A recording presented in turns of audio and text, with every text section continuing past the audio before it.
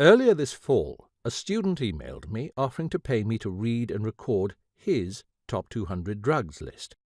I was too busy mid-semester, but I did want to create a roadmap for him and other students that shared his need.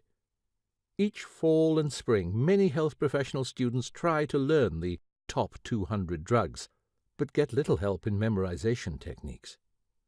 This book will help, regardless of which top 200 drugs your professor assigns. It will also help you answer the question, where do I start studying pharmacology for my board exams? Maybe you're studying for NCLEX RN, National Council Licensure Examination Registered Nurse, or NABPLEX, National Association of Boards of Pharmacy Licensure Examination, or another exam. This book will provide a framework for your knowledge to wrap around, much as a garden lattice might hold up vines. What does top 200 drugs mean? At one time there was a website that listed the top 200 drugs in the United States by 1. Number of prescriptions written, and 2. Ranked by money spent on each drug. This created two different lists, but their value was clear.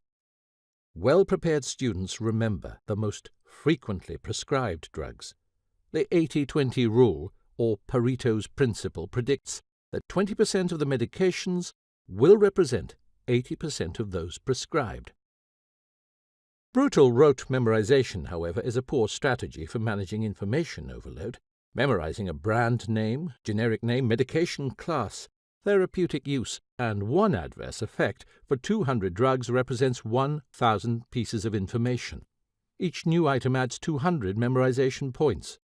Students often ask why they should memorize drugs if they can Google them or look them up in a Davis Drug Guide for Nurses. The answer? A properly sorted and memorized list of 200 drugs provides a structure on which to build your preparation for pharmacology class, the board exams, and clinical practice. But how will you memorize so many drugs? Follow this thought experiment. Imagine instead of playing the part of student, you're the instructor. The class is 200 students and there are exactly 200 seats in the classroom. How do you remember all of their names? How do you know who is absent when you see empty chairs? You could ask the students to sit alphabetically, by first name or by last name, but this is college, not grade school. A more organic approach would take time to understand why groups formed as they did. Students sit in the same seats weekly. As you talk and get to know them, you find out what brings them together. They may have the same undergraduate major, hometown, dorm, previous class, and so forth. There are the front row groups that always ask questions, or back row group that asks no questions. Groups come from the same hospital floor, or work on a semester project. If someone's absent, you know what group he or she is missing from. As you learn the drugs in this book, you'll see similar groupings.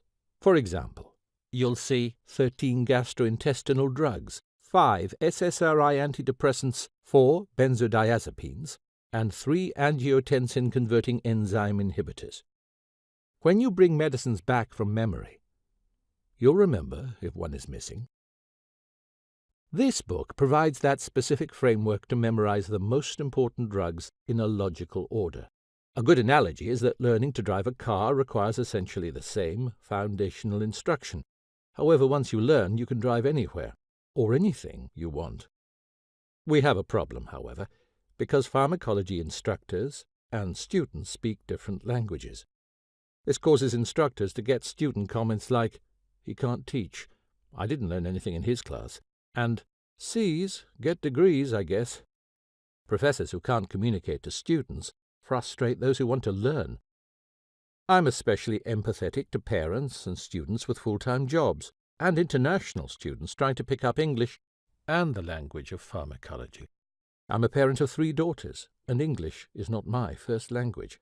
Let me show you this disconnect between a student's and a teacher's memorization metaphors.